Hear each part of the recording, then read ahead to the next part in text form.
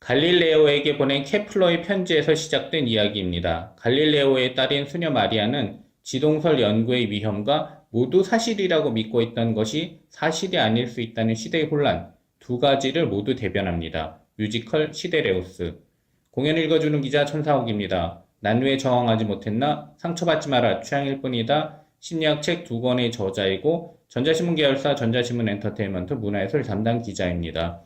공연 읽어주는 기자 뮤지컬 리뷰 9번째 시간은 시데레우스 리뷰 커튼콜의 관객은 별이 된다. 갈릴레오에게 보낸 케플러의 편지에서 시작된 이야기입니다. 충무아트센터 주최, 주식회사랑 제작, 백승우 극작 작사, 이유정 작곡 작사, 김동현 연출로 4월 17일부터 6월 30일까지 충무아트센터 중국장 블랙에서 공연 중입니다. 고영빈, 정민, 박민성 배우가 갈릴레오 역, 신성민, 정욱진, 신주협 배우가 케플러 역, 김보정, 나하나 배우가 마리아 역입니다. 리뷰 포인트 1. 별의 진실을 밝히는 사람이 아닌 별의 소식을 전하는 사람. 뮤지컬 시데레우스는 갈릴레오가 저술한 시데레우스 눈치우스라는 책의 제목에서 따온 작품입니다. 제목은 별의 소식을 전하는 사람이라는 뜻을 가지고 있는데 별의 진실을 밝히는 사람이라고 하지 않았다는 점에 주목할 필요가 있습니다. 숨겨진 진실을 파헤치겠다는 정복자의 마음보다는 진실을 알고 싶고 알리고 싶다는 겸손한 마음이 담겨 있기 때문입니다. 뮤지컬 시데레우스가 공연되는 충무아트센터 중국장 블랙은 우주와 연구실이 교차하는 공간 느낌으로 꾸며졌습니다. 무대 첫 번째 열 맨 앞에 있는 촛불은 예전 이야기라는 느낌과 함께 하나의 별 또한 하나의 촛불처럼 빛난다는 것을 시각적으로 표현하려는 것으로 보입니다. 무대에는 케플러의 공간과 갈릴레오의 공간이 대비와 균형을 이룹니다. 둘이 공유하는 하나의 창은 우주일 수도 있고 진리의 영역일 수도 있습니다. 뮤지컬 시데레우스에는 3명이 등장하는데 마리아의 공간은 별도로 주어지지 않습니다. 마리아, 갈릴레오의 이단 행위에 대해 알고 있습니까? 와 마리아, 교황청은 당신의 답변을 기다립니다. 라고 계속 반복되는 내레이션에 대해 대답하기를 주저하는 마리아의 모습은 갈릴레오의 공간과 공유의 공간에서 모두 볼 수 있습니다. 리뷰 포인트 2. 진리는 영원한가? 갈릴레오를 전사가 아닌 과학자로 기억하도록 만든 1화.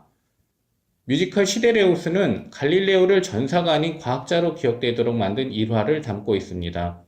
갈릴레오가 지동설을 끝까지 주장했으면 더욱 강직한 사람으로 우리에게 기억될 수도 있었겠지만 마지막에 굴복함으로써 전사가 아닌 과학자로 기억된다는 점이 흥미롭습니다. 비록 비겁하게 기억되고 있긴 하지만 그 상황에서 끝까지 지동설을 주장했더라도 역사가 달라지지는 않았을 것이라는 점을 고려하면 선택의 비겁함에만 초점을 두지 말고 선택의 현실성에도 의미를 부여해야 한다고 생각됩니다. 시데레우스는 세상 아무도 관심을 가지고 있지 않았던 질문들이 과학을 발전시키고 역사를 바꾸었음을 깨닫게 만드는 작품입니다. 케플러는 가설과 근거 없는 상상의 가치를 설파하며 더 근본적인 질문을 던지죠. 시데레우스를 보면 케플러는 틀에 갇히지 않는 상상력을 가지고 있다는 것을 알 수 있습니다. 정말로 보면 안 되는 것이라면 보이지 않을 것이라고 말하는 케플러의 말은 묘하게 설득력이 있습니다. 지금 생각하면 너무 당연한 사실인데 한때는 신성모독하는 발칙한 가설이었고 그 가설을 부정하도록 강요된 진실에 끝까지 저항하는 것이 타당한 선택이었냐에 대해서는 현재의 시점에서 봤을 때도 이견이 있을 수 있습니다. 뮤지컬 시데레우스는 진리는 영원한가에 대한 화두를 계속 던집니다.